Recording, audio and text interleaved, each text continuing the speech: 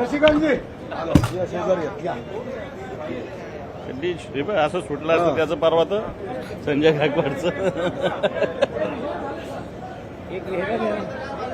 अजयजी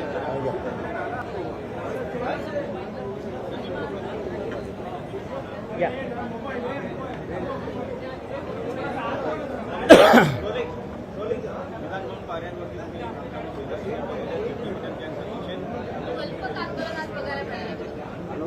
हे पहा, या महाराष्ट्रात चड्डी बनियान गँगने हैदोस घातलेला आहे. कोणी कॅन्टीनमध्ये जाऊन साध्या नोकराला मारहाण करतात,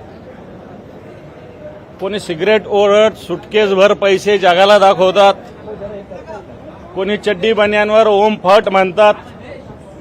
आणि म्हणून ही चड्डी बनियान गँग आधीच्या एक 10-20 वर्षापूर्वी दरोडेखोर अशा पद्धतीनं चड्डी बनियान गँग ज्याला म्हटलं जायचं, शेतामध्ये वस्त्यावर दरोडे टाकायचे. आता शेतामध्ये वस्त्यावर नाही तर या महाराष्ट्रावर दरोडा टाकण्याचं काम ही चड्डी बनियान गँग टाकते.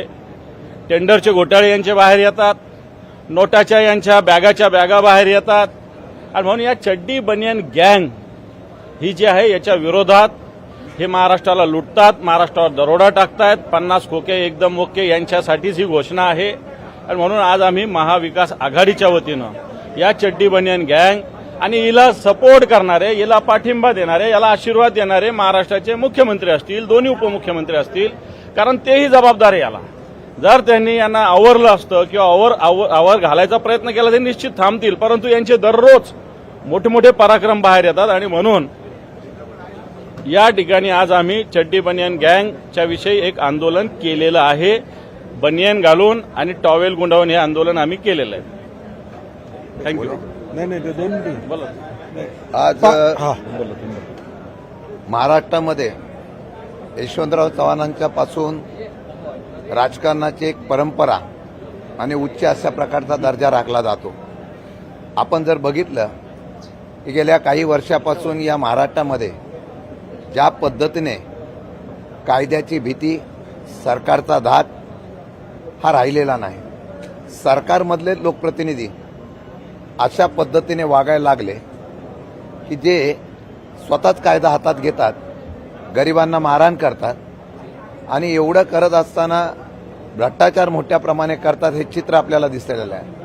आणि जनतेमध्ये एक वेगळ्या प्रकारची तीव्र नापसंती या लोकप्रतिनिधीमुळे झाल्यामुळे या सर्वांचा निषेध करण्यासाठी आम्ही आज या पायऱ्यावर, निदान आम्ही हे आंदोलन केल्यानंतर तरी त्यांच्या मनामध्ये सुबुद्धी यावी, निदान संस्कृती आणि सुसंस्कृतपणा यावा एवढीच अपेक्षा व्यक्त करतो.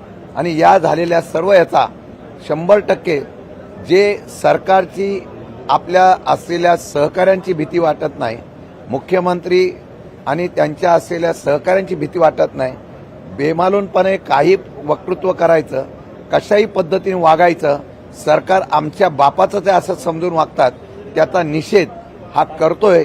परंतु जनतेला सुद्धा त्यांचा हा प्रकार दिसावा म्हणून आम्ही आंदोलन केलेलं आहे. पार्टी विथ डिफरन्स अशा पद्धतीनं भाजपाची स्वतःची भूमिका असताना आज पैशाची बॅग एका मंत्र्यांच्या खोलीमध्ये दिसते, त्याच्यावर कारवाई होत नाही. स्वतः कॉग्निजन्स घेऊन पोलिसांनी तपासला केला पाहिजे की पैशाची बॅग होती का कपड्याची बॅग होती. मला वाटते गृह खात्यानं यामध्ये कारवाई सो मोठो केली पाहिजे. या मंत्र्यांना बोलवून त्याचा जबाब घेतला पाहिजे.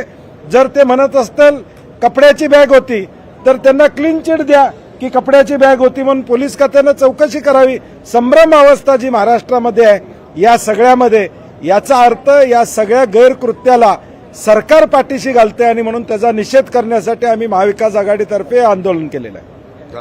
एक मिनट हमने आज जो महायुति के लोग हैं, सत्ता पे बैठे हैं, भारतीय जनता पार्टी के अलाय है, जिस प्रकार गुंडागर्दी महाराष्ट्र में कर रहे हैं, एक विधायक जो विधायकों के लिए कैंटीन है उसमें जाके एक सामान्य आदमी को मारता है, एक मंत्री घर में बैठ के सिगरेट खींचते हुए नोटों की बैग बताता है, एक मंत्री चड्डी बनियान डाल के पूजा अर्चा करता है. और इसलिए हमने चड्डी बनियान गैंग महाराष्ट्र में 10 साल पहले गांव-गांव में दरोड़ा डालती थी, चोरियां डाका डालती थी।